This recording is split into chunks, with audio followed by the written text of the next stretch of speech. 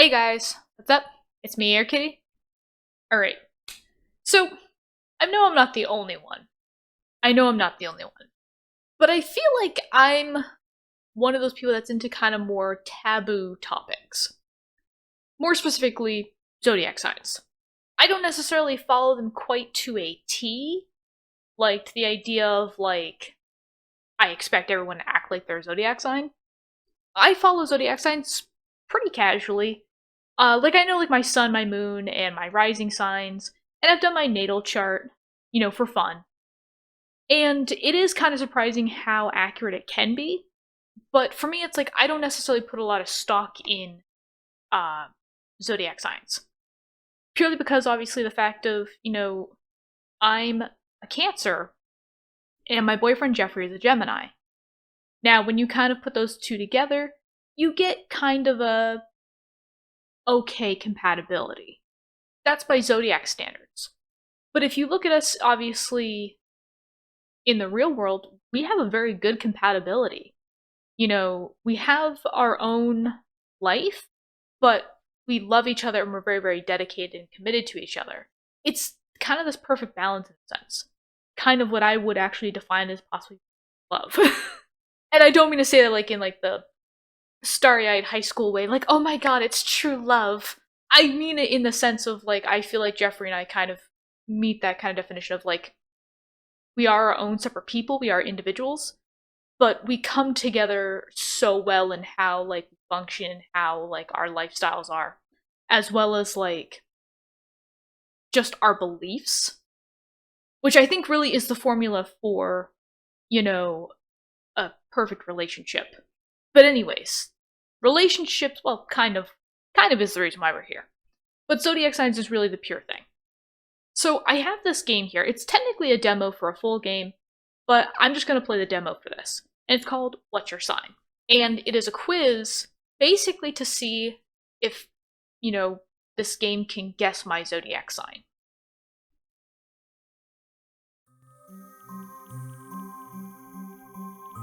Okay.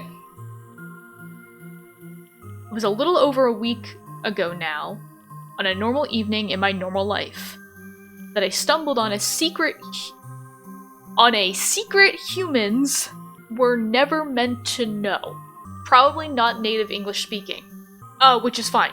But unfortunately I do have to point out to the person that wrote this, regardless if you are native speaking or not, unfortunately this is not good English grammar.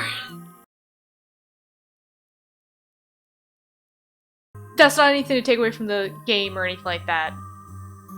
Just something to point out, just saying hey, by the way, you have this to fix. Hey, pal. Hello? Oh yes, I had been waiting for you. 12 people enter the room, chattering amongst themselves. And so I'm guessing obviously these 12 people are the personifications of each of the zodiac signs. The Western zodiac signs, not Chinese or anything like that. These are my classmates. And I guess technically they are the secret I found out about. Them. Why they're here. There's supposed to be a question mark at the end of that, I'm sure. So. And what they are.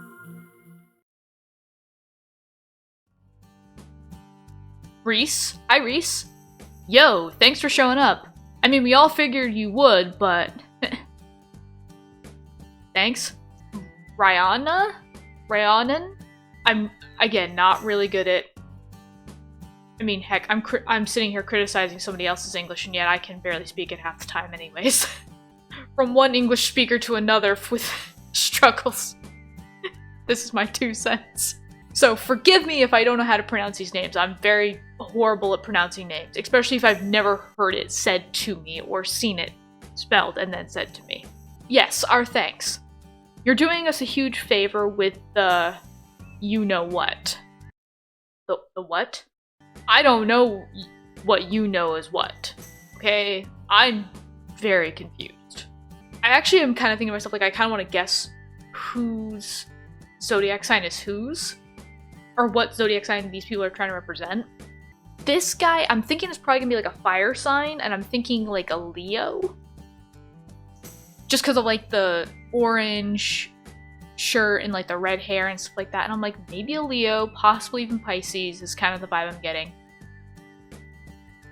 This girl looks very studious, has kind of earthy tones, so I'm guessing an earth sign. So Taurus, Virgo, Capricorn? Oh, no problem. It's still a bit of a shock though. I mean, I don't even know what to call you guys. You're like magic space spirits? Something like that? Heck yeah! Sid?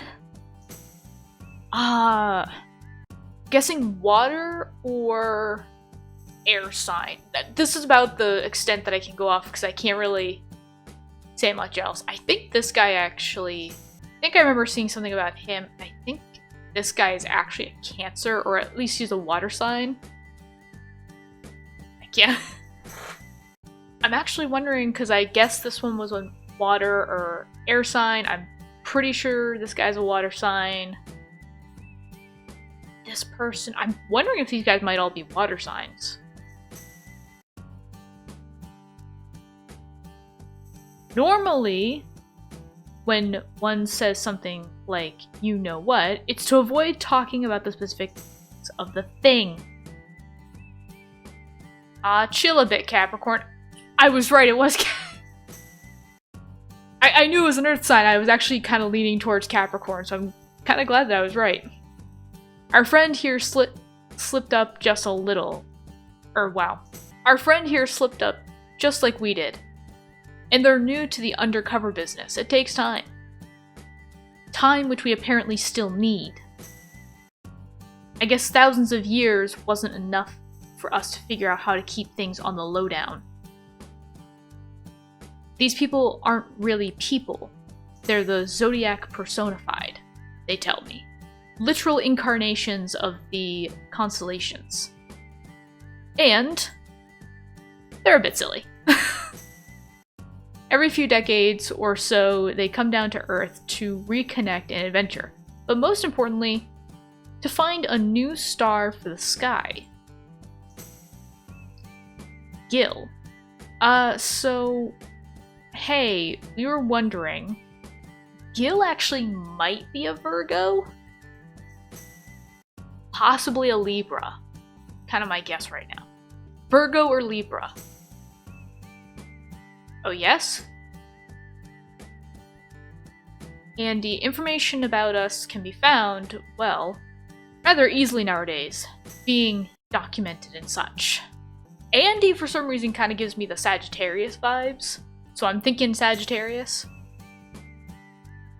Corey, but we hardly know a thing about you. Corey's kind of giving me major Scorpio vibes, so maybe. Libby. Tell me Libby's a Libra. That would be perfect. So we thought, hey, why not two birds, one stone this thing? Get to know you a little better. And Tammy, we could maybe kill a little boredom and play a game. We were thinking, well, I'm sitting here guessing your sign. Green, green. I'm gonna guess an earth sign. I'm guessing Tammy is gonna be a Taurus. Is Leo a Leo? We want to know what's your sign. Well, no, we want to guess it and see if we know. Because, I mean, it's sort of our thing. Piper? What do you say? Would you be up for that?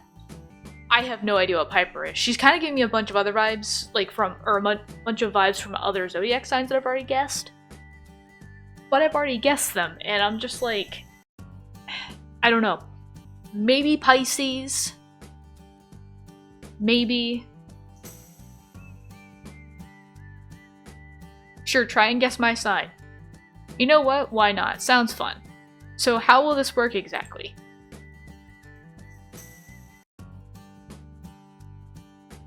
We're going to ask you some simple questions, and we'd like you to answer as truthfully as you can.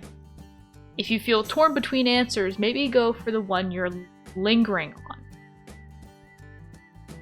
Or the one you impulsively thought yes to first. Okay, now I'm starting to think that Sid actually might be an Aries. Because Aries are very impulsive. And the fact that she just very like, yeah, I'm like, maybe an Aries. Okay, I can do that. Let's get started. Alright, how about I kick this off? How would you describe yourself? Outgoing, artistic, curious, caring, independent, passionate.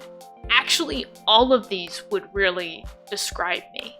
I mean, like, I'm outgoing in a sense for, like, I do actually like socializing quite a bit. I'm a talker, if you haven't noticed.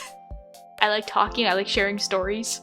I am very artistic, actually, even if it's not necessarily in, like, traditional mediums, like painting, photography, drawing, stuff like that. Although I do love drawing, I still get lost in other things, like other artistic endeavors. So I'm very creative in that. Curious, I am very curious as well.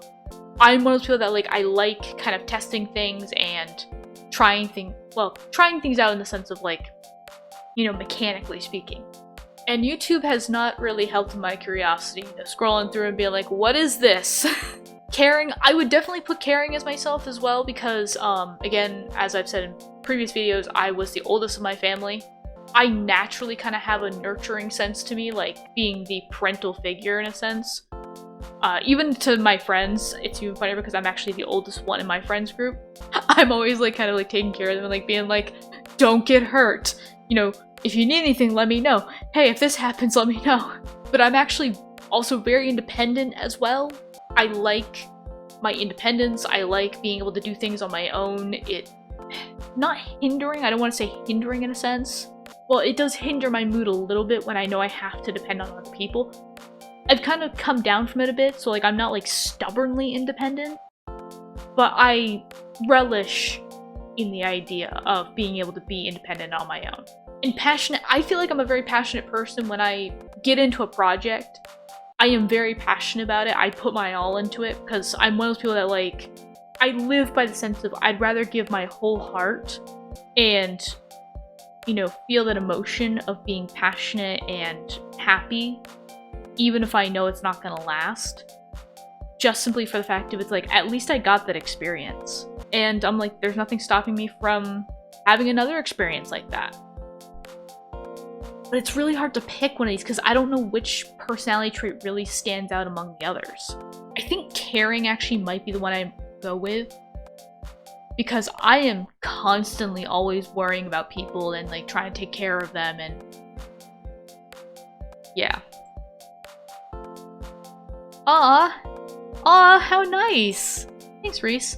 Alright, next. Okay, let's see. Would you consider yourself an introvert or an extrovert? I am definitely an introvert. Again, I've kind of swung more towards being more of an ambivert as I've gotten older, but I'm still definitely an introvert. I still, you know, I like socializing, but I'm definitely one of those people that after I socialize, my energy level is like drained and I'm like, I need a nap. Or, you know, go play a video game for like an hour by myself. Just something to recharge. Tammy. Yeah. Tires me right out too. I always end up needing a break no matter how much fun I have. Yeah, and that's how I am. Go ahead, Jem. I got one. Are you more likely to go out on a weekend or stay in? The fact that it's a Saturday and I'm relishing in the fact of, you know, making videos today, I'm gonna say stay in. That sounds pretty reasonable. Do you like board games? We should play one this weekend. Because you like to stay in. I am actually one of those people that, granted, I do like going out and visiting family members and stuff like that, like my local family members. As well as going out, you know, every once in a while to go like, well, I guess kind of pre-pandemic. But, you know, going to see movies and, you know, going out to the beach and, you know, going to tourist attractions and stuff like that. I do like going out and doing those things, but on a regular day-to-day basis, I am one of those people that, like, I actually am very much a homebody. I like being home, and I actually feel more comfortable with people visiting me in my home, or, you know, going to my mother's house where, you know, it's kind of like my second home, or my aunt's house, than going out to, like, a concert or something like that, or, you know, a big event. You know, something where I know, like, I'm comfortable, I'm not being judged all the time, as well as the fact that I can take my time in what I'm doing. I'm not being forced to experience something. Alright, Andy, you're up. Well now, how in tune are you with emotions? How much do they affect your choices? I would probably say a lot, and it's not to the fact of, or I'd probably say mostly. I'm one of those people that I am so empathetic with others that I actually communicate better with emotions and, like, facial expressions than I do even with words. So, like, I can read the emotion in people's voices, I can read the emotion in their faces, and I can tell what people are feeling. I can tell, in a sense, what they're thinking. And it's kind of like that's like Cancer's natural power in a sense. But it's also the fact of where I kind of hinder in a sense is I have a problem reading my own emotions. When someone's very, very empathetic, you know, a lot of times they can't really discern if what they're feeling is somebody else's emotions or their own emotions. Which in a way is why I'm kind of an introvert in a sense, because, and why, even though I like socializing, I have to kind of retract back, because when I'm in a room with a lot of people and I'm, like, interacting with them, I'm reading their emotions all the time. I'm reading those underlining signals, and it can get really tiring and it can get really, really overwhelming. So, you know, a lot of times I need to remove myself from that situation, be by myself to, you know, one, calm myself from my own anxiety of people judging me all the time, but also to kind of, you know, get back and reflect and be like, okay, so what am I feeling now? How am I feeling? And, like, not have the disturbance of anybody else's emotions distracting me. I see. A good balance is hard to achieve, but so nice when you can. Okay, I hope you've thought of one, Leo. Psh, of course I got one.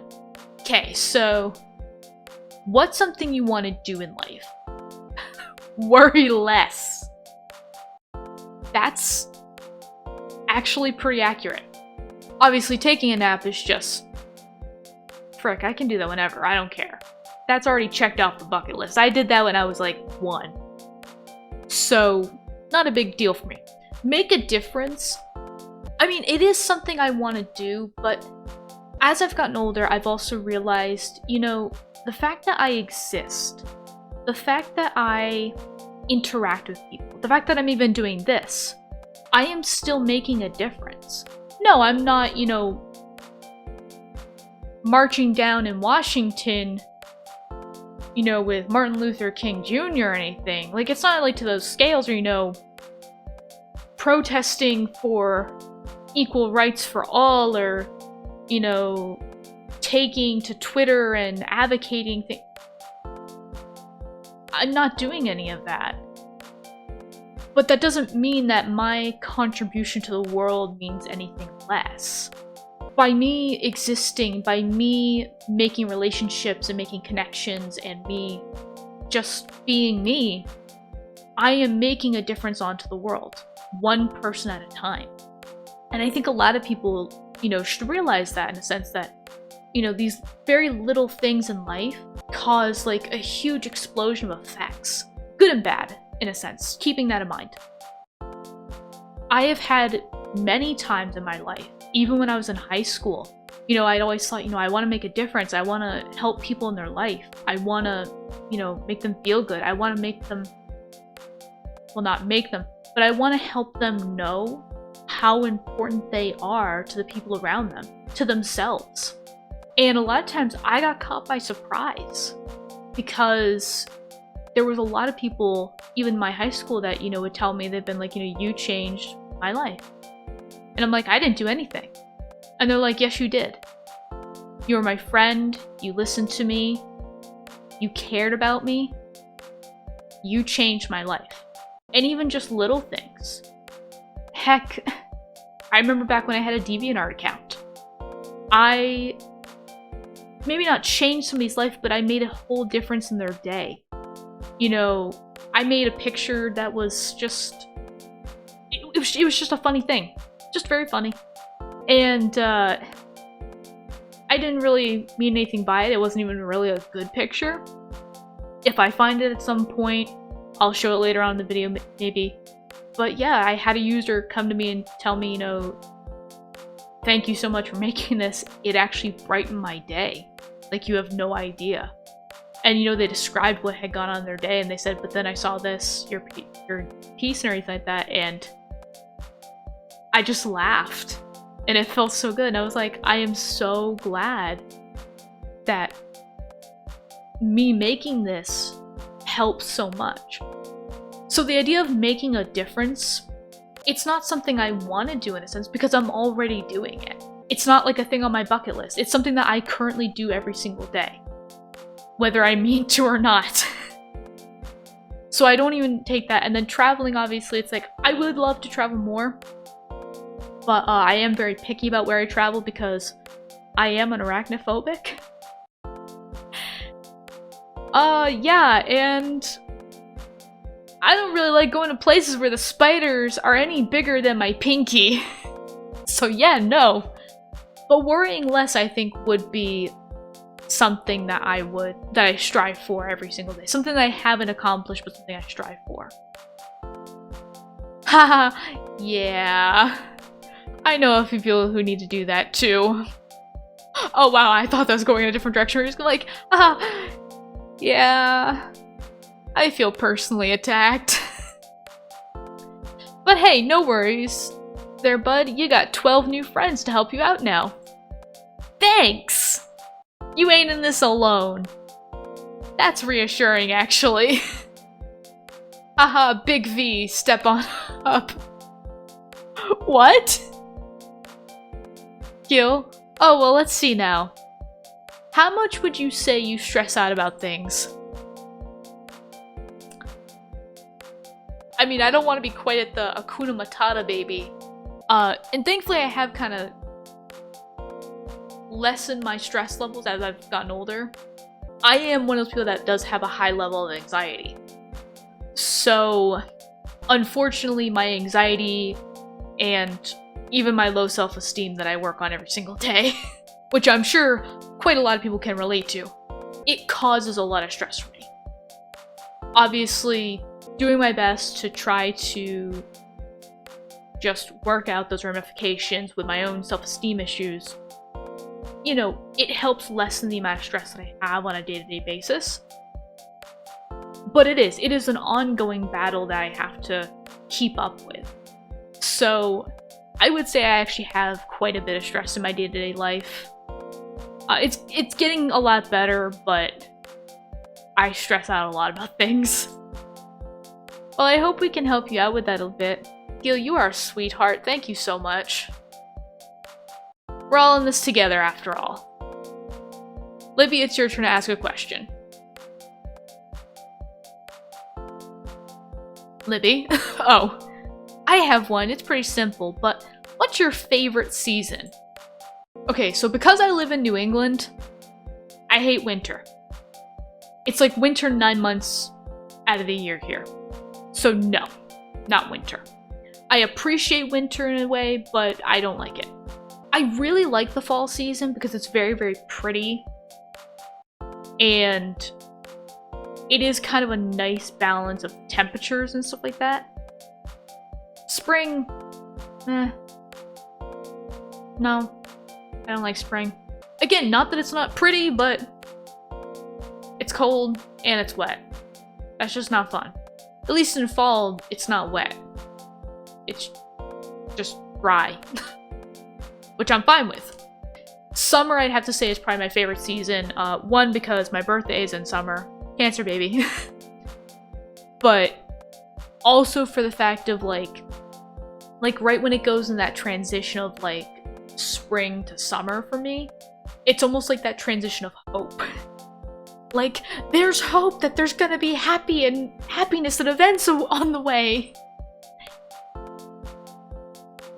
Now I'm thirsty for some lemonade. I mean, I like lemonade, don't get me wrong. I actually really like lemonade, but I prefer my soda.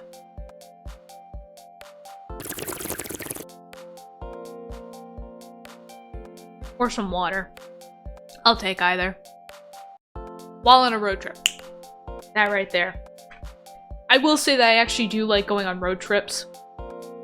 Just because they're a lot of fun. Again, you can take them at your own pace. You're not, you know, pressured to get anywhere anytime soon. Well, usually.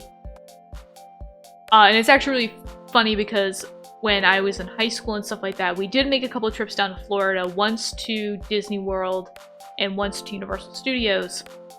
And we always drove down. And along the way, we would stop at a bunch of, like, kind of like roadside attractions and stuff like that. And I love doing that. That's my favorite part about traveling, is, like, stopping and seeing, like, all, like, little attractions along the way. One place we used to stop at a lot was south of the border. And it's legitimately right on the border of North and South Carolina. It's actually a really fun place if you haven't been there. I would say check it out. And I believe they actually just put in, like, a walk-through, like, animal exhibit, too. Forewarning, though, yes, there are snakes, and yes, there are, like, there is a spider exhibit. Thankfully, they're behind glass panels, and it's just a straight shot tube. So if you're afraid of either one of those, I would suggest getting a friend that you highly trust to hold your shoulder on to lead you out of there until you're out. Just a forewarning. Alrighty, on to question number 8. Is it really only question 8? Corey, alright. So this one is maybe a little nuanced, but how do you express yourself? How do you let other people know what's on your mind? This is interesting. I mean, it is funny because, yeah, some people hide behind humor. And I mean, granted, I can kind of be humorous with things that are happening in my mind. But if it's a very serious topic, it's like, obviously it's like, no, the jokes are done. This is a very serious topic and I want people to take it seriously. But I feel like when it comes to what's on my mind, I like talking it out, but I usually don't have anybody to talk to when a certain idea comes to mind. At least when I need to talk it through. So I'd almost say, like, journaling and writing. A lot of times, and I feel like I've even told some coworkers this too, where I'm one of those people that, like, if I have an idea in my mind, I'm one of those people that, like, I need to at least put it down on paper, or I need to at least, you know, document it, or even, like, go off and do it. Because if I don't, it literally just takes up space in my mind, and it just, like, it's almost like it invests itself, and it's like, it gets bigger, and, like, I finally, like, it takes up so much space, I'm like, I can't even work on what I'm working now. Because I just cannot focus. I like doing that when I need to really think and take my time. Okay, cool. What you got, Shaggy? Saggy? Saggy. Saggy? Oh, okay, so no, wasn't an Aries, she's a Sagittarius. That makes sense. Alright. I want to know what you're interested in. What kinds of hobbies do you enjoy? I am actually one of those people that I really enjoy creative hobbies. I can get lost for hours in anything having to do with, like, you know, imagination and creativity and stuff like that. Especially video games that allow you to bring out that creativity. Like The Sims, love playing The Sims. It's even funnier because my brother and I are kind of complements of each other when it comes to Sims.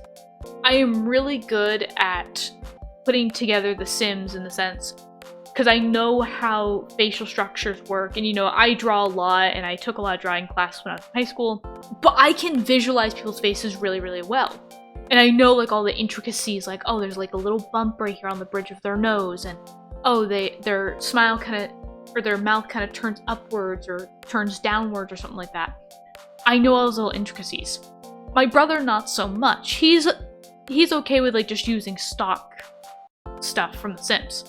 So like when he really wants to make a character and make them look the way he wants it, he usually comes and asks me and says, hey, can you help me with this? Or like if he's trying to make a character for himself, he usually will a lot of times ask me to help him with it. And it's even funnier because I'll be like looking at the screen, I'll be like, okay, you want to curve his nose down a little bit more. Okay, now the tip of the nose needs to come up. Okay, now I need to widen the jaw. It's stuff like that. I focus on those little details on faces. Not in a mean way, but it's just, I notice those things. But where my brother does shine is, again, where I fail. Or not really fail, but where I need more improvement on. My brother is very, very good at interior design and architectural design. He actually wanted to be an engineer and stuff like that and, work on architecture.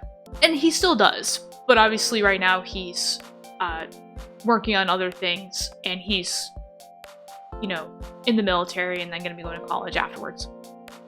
But he does really, really well with that. So a lot of times, like if I'm building a room for my Sims or a house, something like that, and I'm like, Ethan, I need some help. What should I put here? Like what colors work best? And what, like, I'm trying to make this kind of house, but I don't know how to do it. And he usually helps me out with that. Oh boy, that sounds a little bit fancy. It depends on what I'm making. Your answer alone was creative. Okie dokie, thank you. Go on ahead, Captain. My question is one kind of, I think they meant to say kind of on a similar note. What are you passionate about? What's something that drives you? This is a good question. What is the thing that drives me in life? I don't know how necessarily it would relate to these answers. I think maybe it might relate to the first one, building a future. But I guess the thing that kind of drives me is hope. And I know that sounds kind of weird, but I'm sure there's a lot of people out there that have, gone through a divorce in one way or another. Either the unfortunate fact of being the parents who have gone through divorce, or being the child of divorced parents. To anybody that says that, like, a divorce isn't messy, or, a divorce doesn't cause a lot of damage, they're lying. They're absolutely lying. I hate to say it, and it's one of those things, like, it is not to necessarily take away from anybody's grief, but I think a divorce is more damaging on a family than having the death of one of the parents. And the reason why I say that is because, unfortunately, if somebody dies, that's it. There's nothing more. There's no more that can be done. Like, no more damage. I mean, with a divorce and everything, it's like things just keep coming up. Problems still need to be dealt with. And it's like almost like this feeling of you never really move on. I mean, I think in both situations, when you have like a death in the family as well as, people divorcing, you never really get the sense of moving on. But I feel like it happens at a greater scale with a divorce, because it's like a scab that like just heals up and then you get picked again and starts bleeding. And I remember through my parents' divorce, the one thing that drove me through my parents' divorce was hope. Hope that things would get better. Hope that, my parents would stop fighting. I don't mean like fighting like, oh, like they're like screaming and da-da-da. But, the hope that they would finally get to a place in life where they were both happy and content with where they were at, and, have moved on from the situation. I guess for me, like, the hope that I would one day heal from the damage that the divorce had caused.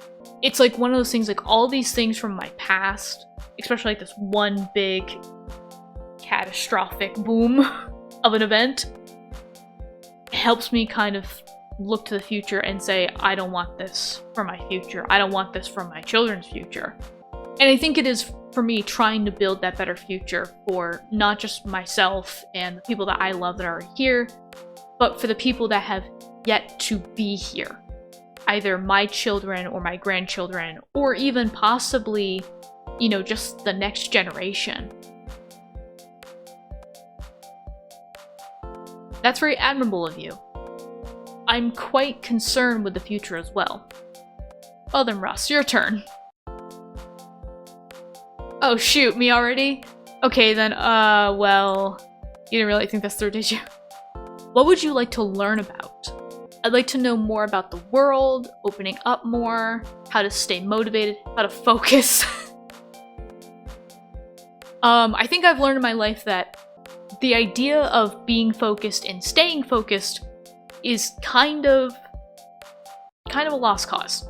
And the only reason why is because science has said that our brains literally can only focus on one topic for so long. I think the max is like an hour and a half. After that, your focus on a topic begins to dwindle. And for me, more so, I am one of those people that I need at least 3 projects going while I'm working. Because if I only have one, I can't stay focused. I just can't. And it's because I get bored with it. I'll do like my 1.5 hours, and then I'm like, I do my break, and then I'll maybe work a little bit more on it. But then afterwards, I'm like, I just can't. I can't do this anymore. And so I need those other projects to be able to like kind of distract myself and like, work on other things. So I know about focus, so nope. How to stay motivated? I feel like I'm pretty motivated as is. I have learned that a lot of my motivation comes from my own interests, and as it does with everybody, if you don't share an interest in something, you're not as motivated to see it through. And so it takes you a lot longer to be motivated and to stay focused with it. But a lot of it is like, when that does come, it's like, unfortunately, it's perseverance. I'd like to know more about the world and opening up more. I feel like I've already started kind of learning how to open up more, so maybe not that. But I would say that I'd like to know more about the world. I will say I am not very worldly. I don't stay up to date with a lot of national news and what's going on. And I feel bad, but it's because a lot of it's just depressing. Again, with me being empathetic and stuff like that, and me being able to read people's emotions, I don't even necessarily have to be in the room with somebody to read that emotion. I could just look at somebody on a screen and read it, and it drains me to think about what those people could be going through, to imagine pain or, the agony that they're experiencing. It becomes so overwhelming for me that I'm like, I can't.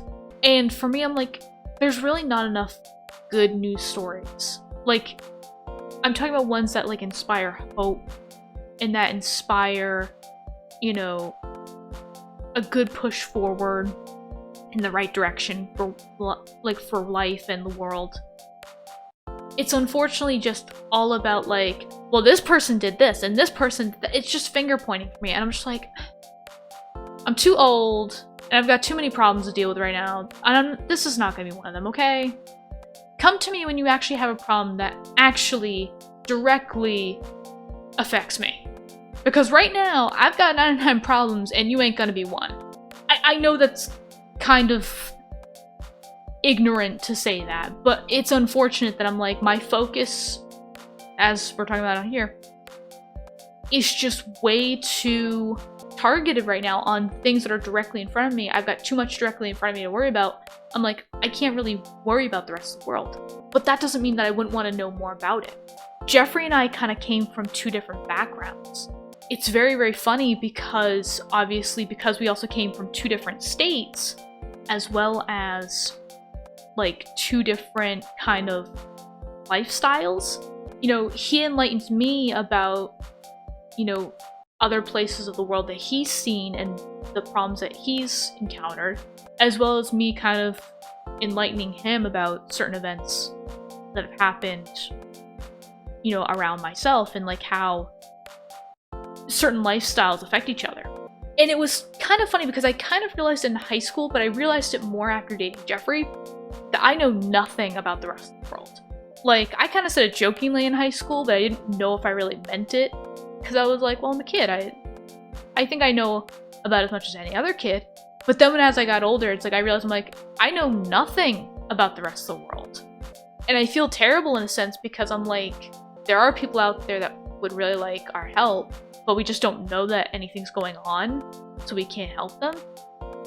Or I hate to say it, it's like one of those things where like I run across things where people are asking for help and I'm like, I'm really sorry, I can barely help myself with this one situation. I'd love to help you, but I don't know how. But I do think making ourselves more knowledgeable is definitely something that can move us forward in the right direction. Hey man, me too! There's so much to be gained from other people, man. Especially when there's so much going on, like, all the time. Yeah, and I will say that for me, like, that is definitely, I am one of those people that, like, I love listening to people's stories, you know, good or bad. And I like hearing people's personal stories and stuff like that. Just because it is an idea of what their life is like. It is an idea of the struggles, the joys, everything that they go through. It's hearing their perspective on something, about their life. Alright, Pipe, go fish. Okay, so Piper is a Pisces, I think, and that's, I think, what I guessed. I think I did guess Piper was Pisces. Oh, hey, I get it. Since that made me laugh, I'll ask you this. Oh, but wait. First, real quick. Would you like a longer quiz or a shorter one? If you want a longer one, you'll have 12 more after this. If not, well, this will be your last question. Balls to the walls, let's go longer. Also because I just want it to be as accurate as possible. And I like doing quizzes. You got it. Okay, so how would you describe your sense of humor? Oh, man. Can't say I just know when it happens. Kind of cheeky, really hammy, inside jokes. I'm a sucker for memes. A little sarcastic. I think I've said this in a previous video. I kind of have a little bit of a darker sense of humor. Like, not dark in the sense of, like, making, like, jokes about people. Like, discriminatory jokes.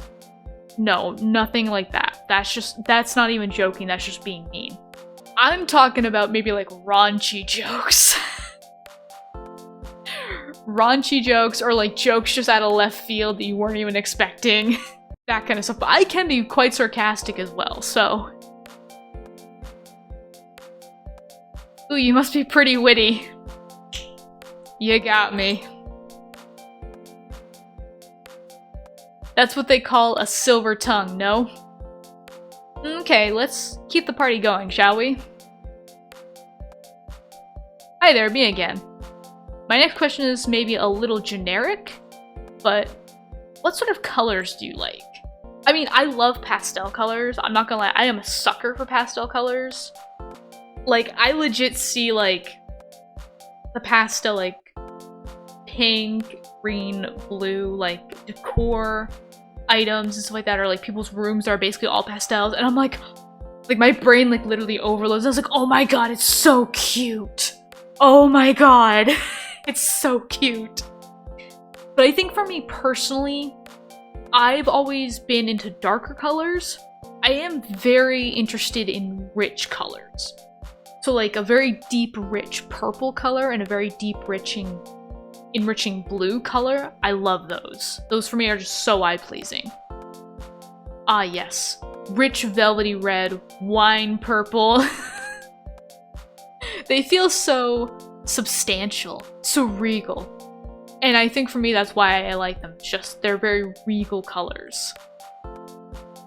Okay, I wonder who could be next. It's me! I am the one who is next. Okay, here's one for you. Which thing describes you best? A photo, a pen, a mirror, a key, a notepad, a book. It's funny because a part of me wants to go with a notebook because I am one of those people that usually when I'm walking around anywhere, I usually have a notebook with me. Just in case I need to write something down. Or like for me, like when I was high school, a lot of time, I would always have my drawing notebook with me. And the reason why was because a lot of times, you know, especially in classes, you know, I always get bored. So I'd always be drawing. And it helped me focus, so, you know, I always kept it around. But I feel like for me, now being older and being a little bit more in tune with who I am, it's funny because I'm actually caught between a mirror and a pen. The mirror because I do a lot of reflecting in my life. You know, kind of doing those check-ins with myself and everything like that. But I am also one of those people that I realize I am my own worst enemy.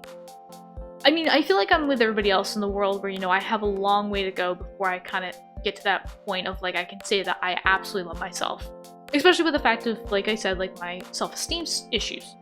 But I think in a way, like, with a mirror, that's why I feel like that might be something that describes me, because I'm very reflective.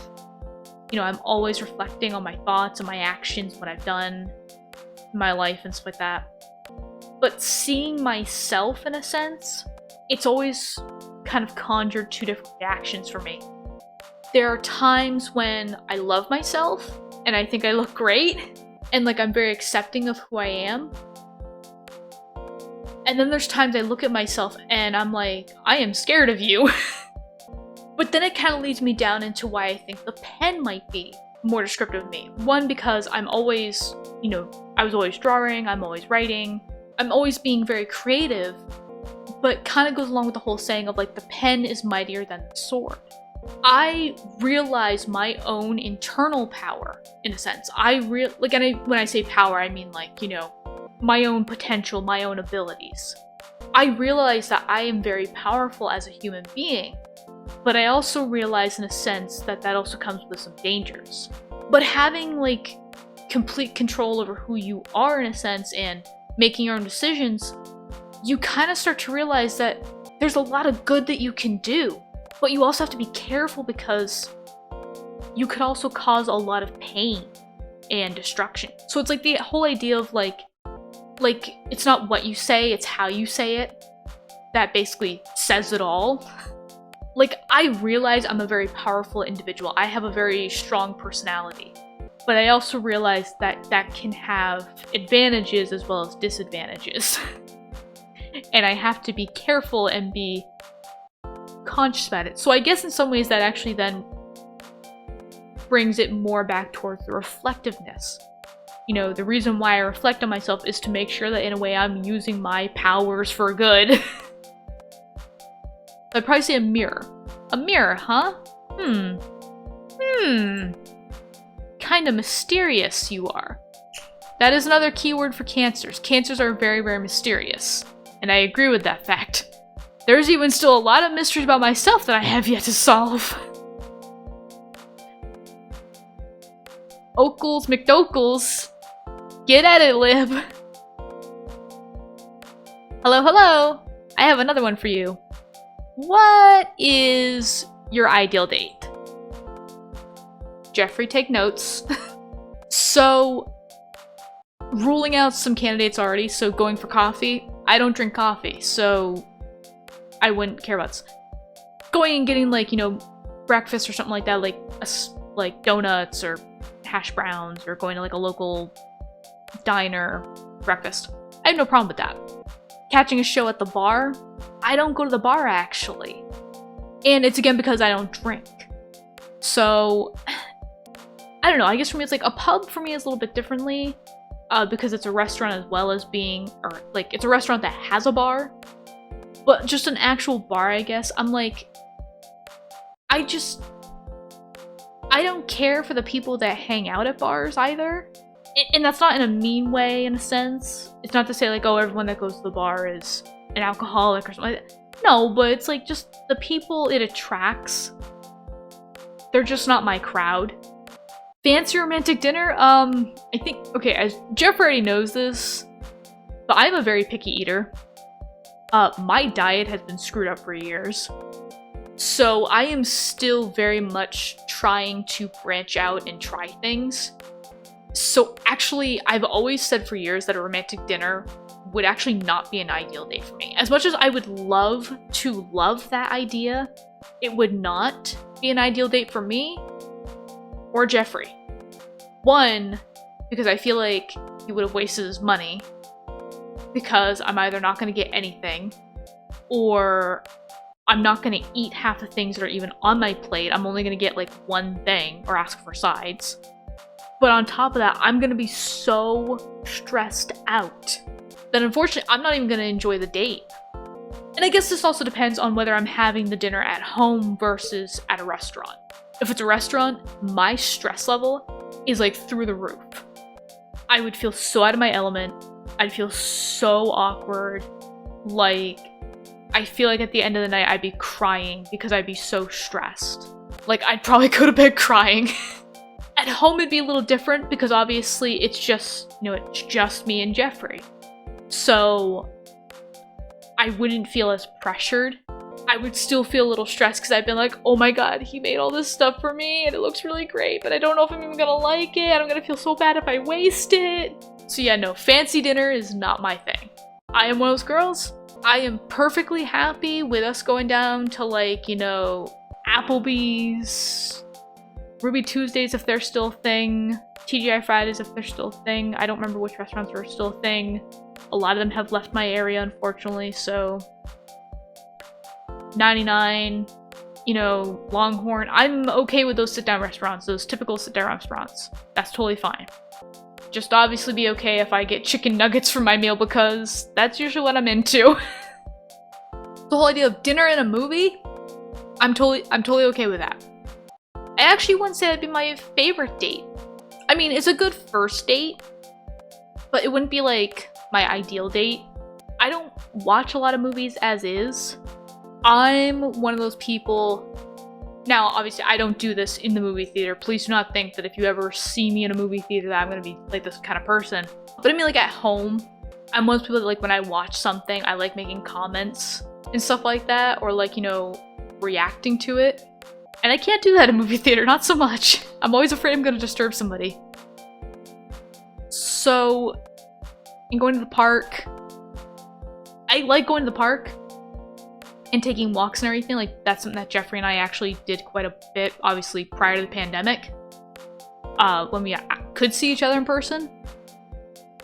So, I like doing that. But I'm definitely one of those people that's like, I like the park, but I want there to be more at the park. I want there to be something to do at the park. So for me, just chilling. Because again, like I said, I like hearing people's stories. I like getting to know people, like on a more personal level. So getting that chance to be vulnerable, getting that chance to open up, for me means a lot. It shows trust and, it shows that that person likes me. So, just chilling. Just two pals, hanging out, having a fun time. Sometimes casual is best. And thanks! Now I think Scorpy has one for you. I was right, Corey was a Scorpio. Not that they really made it that hard. Not to say that it's a bad thing, to be honest. Maybe I just know Scorpios really well. Maybe. Yo, my question is simple, but the answer can be all over the place. What kind of music do you listen to? Country? 90s to early 2000s pop? Disney music? Anything I can dance to, anything I can sing to, anything that rocks, anything that pumps me up, anything that relaxes me, anything that matches my mood. So I would say that it'd be anything I can sing to because I love singing. People have told me in the past that I'm a good singer. I don't know if I'm a good singer. I'm not trained either, so take that as you will. But I feel like I'm definitely one of those people that's like, it's anything that really matches my mood. Because there are times when I'm just like, I don't feel like singing. I just want to listen to the music. Like, really listen to it. And then I have plenty of songs that literally I just have like a focus playlist on my, music list. Or my library. And it's literally just like bumping music. Those songs that you listen to when you're in the car and you're like, yeah, I feel like I'm really cool. But you're not. But you feel cool. That's that playlist. It also helps me kind of focus when I'm at work. Because they're not songs I necessarily would sing to, but they're stuff that, I kind of like, helps me focus, helps me kind of, work on what I'm doing. There's crumb on my desk. Get that out of here. I guess anything that matches my mood. Yeah, I can get that. A song can set your mood for the whole day. Though I'd like to go through your music's library sometime, just to see what moods you match to. It ranges anywhere from sexy Lady Marmalade to, like, wholesome Disney working song. It's a whole range of emotions. Take your pick. Okay, yes, thank you, Scorp Corp. It's my turn now. You got it, boss. Now then, right to the point. What's your favorite subject in school? Learning good, school bad. What was my favorite subjects? I actually think it was I don't know, it was actually, I think history and the social sciences. I was not fantastic by any means. Though I actually really love psychology and I was actually pretty good at it. And sociology I had a lot of fun with too, but again, I wasn't good at it. And I love learning about history. Again, I was not good at remembering those things. I also really liked art classes in a sense, but I hate to say it, a lot of the art classes that I had in my school, they were very directed to try to get you to do one certain style, and it was like, I get the whole idea of like trying to teach them certain styles, but I think when you're teaching an art class, you should really try to encourage students to find their own style, in a sense. Whether it be Impressionism, Surrealism, Realism, whichever, or like even like abstraction art and stuff like that, like just whatever their style is, you should encourage that.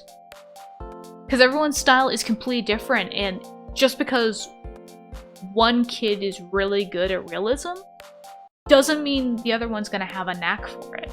And I think it kind of unfortunately plays on a student's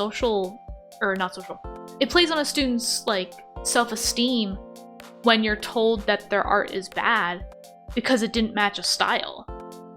And it's like, that's not really fair to them. They're just not good at that style, but they're really good at other styles, and you should praise them for that. You should have them explore that. So yeah, I wasn't really into my art classes so much. Not until I got older and I got into those classes where I could, explore my own style of doing things. But I think all throughout school, history and social sciences were my favorite. You know what they say, it tends to repeat itself. It does. History actually is pretty important to us, as we've maybe been a part of it a time or two. Or three. Maybe. Well, thank you. Next. Yes, that's me. Here's one for you. How good is your memory? It's better than Alzheimer's, but not as good as a child's. I remember certain things. Only certain things. I am very bad at remembering, like, to-do list items. Like, things that I need to remember to do. I am horrible at that. I constantly need to make a to-do list or, like, write down things that I've done because I don't know. I usually forget. But I think it's also the stress of work and everything, like trying to make sure, like, okay, I need to do this, I need to do that, I need to get this done, I need to get that done. Oh shoot, don't forget to tell mom this, and oh my god, don't forget to text this person. Horrible at that. Names, not so great at that either. Events, for some reason, events, dreams, things that take on, I guess, a more personal aspect are things that I can remember really, really well. Like, almost down to like the smallest detail. Everything else, no. I would say it's pretty good. Yeah, I can usually keep track of things, at least the important stuff. I can't even keep track of that, okay? We might be one on the same page there. Okay, let's keep this rolling. Alright, how's it going? Having fun? I mean, yeah, actually, I kind of am. I really hope you guys actually guess what zodiac sign I am. I sure am. Speaking of, one of my favorite ways to have some fun is to play games. And going off that a bit, how competitive would you say you are? I don't really know how to describe myself, actually, when it comes to this question, because a part of me thinks that I am competitive, but it's funny because I'm like, I hate competitive anything. I hate doing anything competitively. I dread it. Capture the flag. Hate it. Okay, well, I play it with family and stuff like that, but on a personal level, I don't like it. I don't like playing. I don't like playing, like, certain, like, team games, in a sense. Didn't like playing soccer when I was a kid. Horrible at that. I think it's because I'm not really competitive. I don't want to compete with other people. I want to work together to build something or something like that. I don't want to be pitted against people that are my friends. I mean, I can have like a little bit of a competitive streak, like, you know, I'll try really hard to compete for something, but I hate competing. I hate it. You know, I can do it in like good fun and everything with friends, like, you know, if we're playing like a golf game or something, and, you know, like just fun wagers, but yeah, like team sports where like you have to be a whole team to compete against another team. I hate those games. I hate them. You will never see me play those types of games on my channel. I would say not really. No? Not so much? No, bud. I'm good. Well, that's okay, too. Sometimes it's good to take it easy, right? Okay, Gem. You're good to go. Oh! Casper's a Gemini. Okay. Hey, did you miss me? I had plenty of time to think up my next question, so here it is. What kind of movie would you be? You know, if you were a movie. Anything Bruce Willis has been in. Buddy cop, animated, horror, comedy, drama. I feel like I would definitely be animated. I love animated stuff, not just movies, but TV shows as well. I feel like a lot of things that I get into, like when it comes to shows, are animated shows. I have a few live action shows that I watch, such as Murdoch's Mysteries and stuff. As well as like Once Upon a Time, you know, before I finished it. I binge watched it. But yeah, for me it's animated movies. Yeah, animated movies, I love those. Favorite of mine too. You can do just about anything with animation, even make a movie about foul-mouthed hot dogs. Is that supposed to be a reference to Sausage Party? Or maybe not that. Ever. Okay. Time for someone else. Okay, yes. Time for me once more. And time for this very important question. How would others describe you? Heck if I know. Easygoing, I wouldn't really say I'm easygoing. Again, I worry about a lot of things. I'm very stressed out a lot of times, so no. Enthusiastic? I can become very enthusiastic about things. On a day-to-day level, though, I'm not overtly enthusiastic. Empathetic? Again, I would describe myself as empathetic. I don't know if other people would, though. Eccentric, I feel like some family members of mine would probably call me eccentric. I know for a couple times my mom would... she would joke. And she'd say like, yeah, Michaela, you're a special one. And she wasn't meaning it in a mean way at all, and I never took it that way. She meant it in a joking way, but there was some truth to it in the fact of, in a way I was special. Not like special needs, but special as in the sense of I didn't really follow the crowd. I wasn't like most kids. You know, I was very different from a lot of kids. A lot of the things that they found fun, I could care less about. And a lot of things that they found either boring, I found a lot of fun in. As well as the fact of it's like, I made friends, and I had friends, but my friends were always kind of in that same category as me, as they were quirky, they were different. You know, they weren't normal kids in a sense. So, maybe eccentric, though I'm about to say heck if I know. Earnest, though, I'm not really sure about that one. I don't think anybody would really call me earnest. I feel like empathetic or eccentric. Although I feel like eccentric is probably closer to what people would say about me. A bit of an odd duck, yeah, and a black sheep, but you know. That's cool, that's cool. You just do you. You do you, boo. Cool beans. Who up next? Hey, that'd be my cue. So, yeah. Okay, let's make this easy. I'm good with easy. Pick a word you like. Catawampus. Twitter-pated. Chimera. Dabster. Lucida? Melancholy. I'm gonna have to go with Twitter-pated. I love Twitter-pated. I love that word. Especially for the fact of it reminds me of Bambi, because that was obviously, I think that was the first time anybody had really heard that word, and that's where they probably learned it the first time, was Bambi. And I always just think of that scene with the owl being like, you don't know? They're Twitter-pated. You know, Bambi them, Twitter-pated? That sounds awful! It is awful!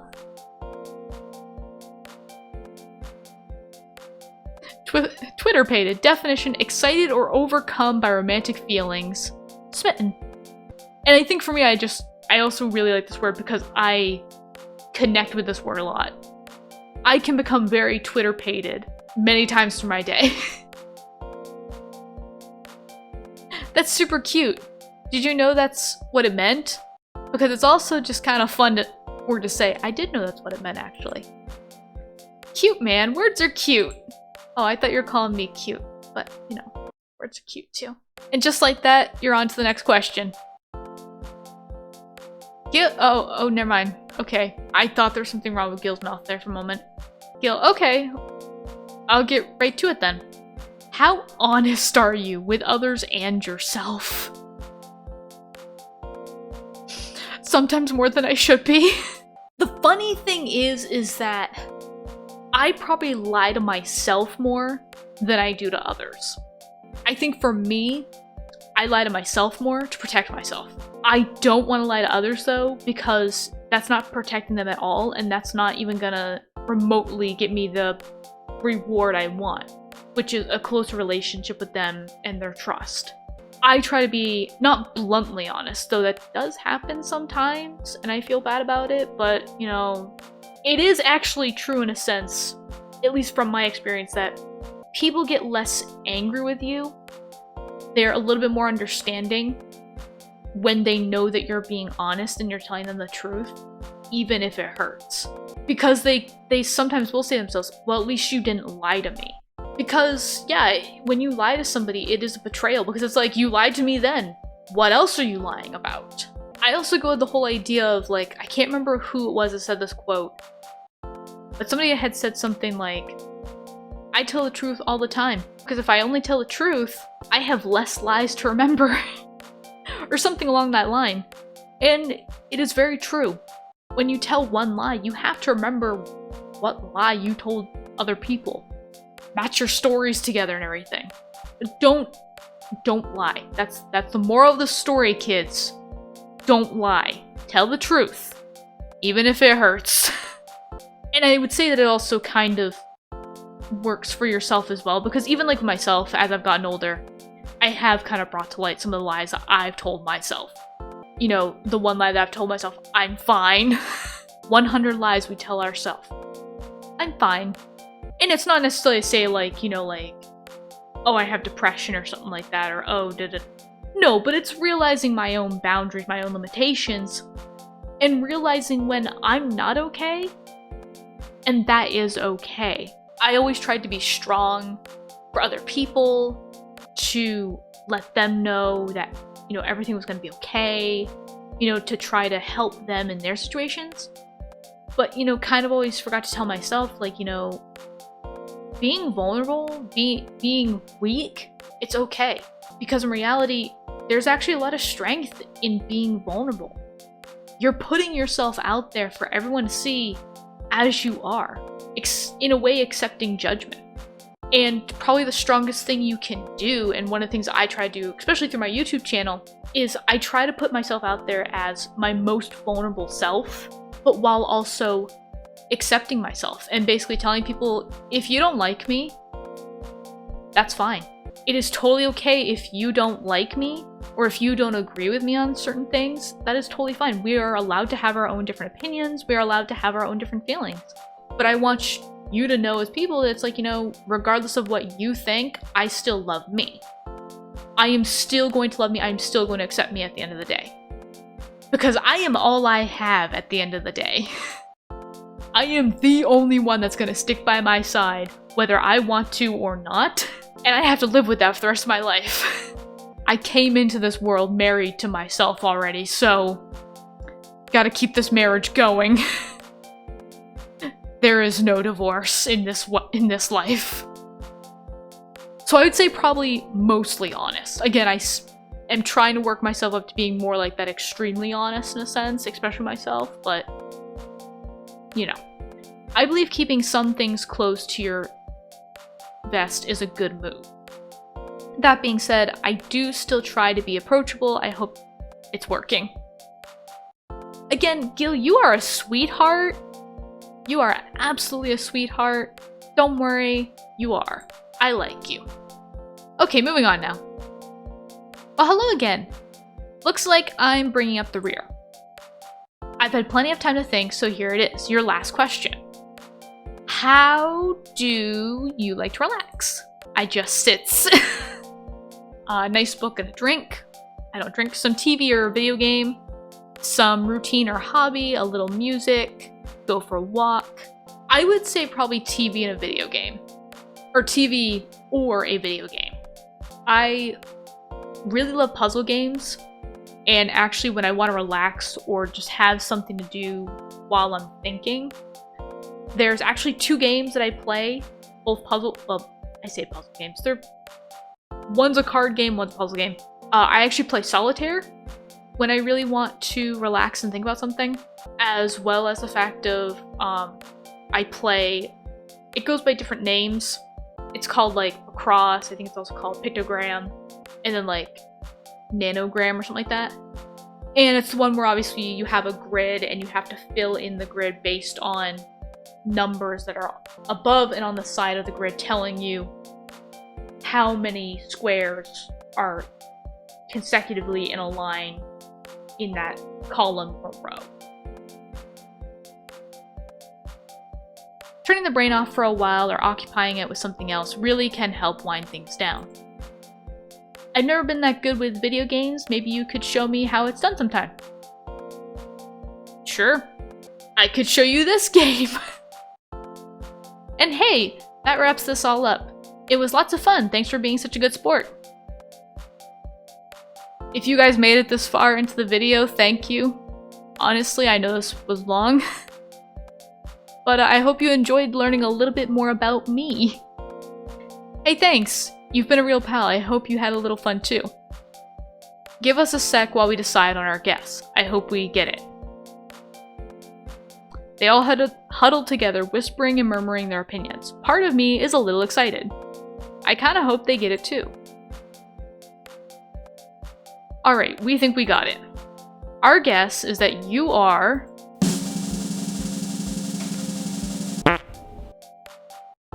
like myself, a Capricorn.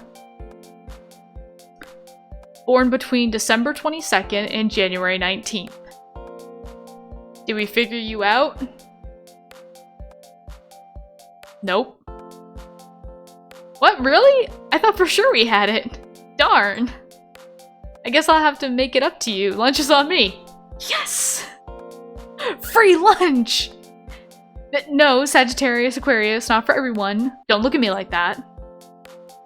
Okay, fine, lunch for all. Yes! I couldn't guess my zodiac, so I got a free lunch. A free virtual lunch, but you know. Aw, man. I feel like I have to go off and see where, like, if this did actually transpire into a full game, as well as where I can download it or buy it and stuff like that, because this was on, like, this is a really cool concept, and I like the idea of, like, the zodiac signs. Yeah, and seeing how they, like, transpire into these different zodiac signs, like, notifications. But yeah, obviously, as it says on the sides, visual novel / dating sim game. So it would be kind of interesting to play a game about zodiac signs and either play it in such a way that I literally just try to be friends with everybody and like see who I get at the end. Would not be surprised if I got Pisces, Taurus, or Scorpio, because those are the top 3 compatibilities for Cancers. Or if it was like I got somebody completely off in left field, like somebody like Aquarius or Sagittarius or even like a Leo. Or maybe I play it as like I try to go after Gemini, seeing as that's Jeffrey's zodiac sign. But anyways, guys, this was really fun. I always love doing these little quizzes and everything. Again, I kind of went for the longer one just so I could see everything, and I apologize. I don't blame any of you if you left early and you never made it to this part of the video. Don't blame you at all. Don't blame you at all. It was a lot of fun. I like doing these quizzes. I like being able to talk and enlighten people a little bit more about myself, as well as, you know, be a little bit more vulnerable for people out there. And just spread my knowledge to the world if I can. So, yeah. Hope you enjoyed this, and I'll see you in the next video. Bye-bye!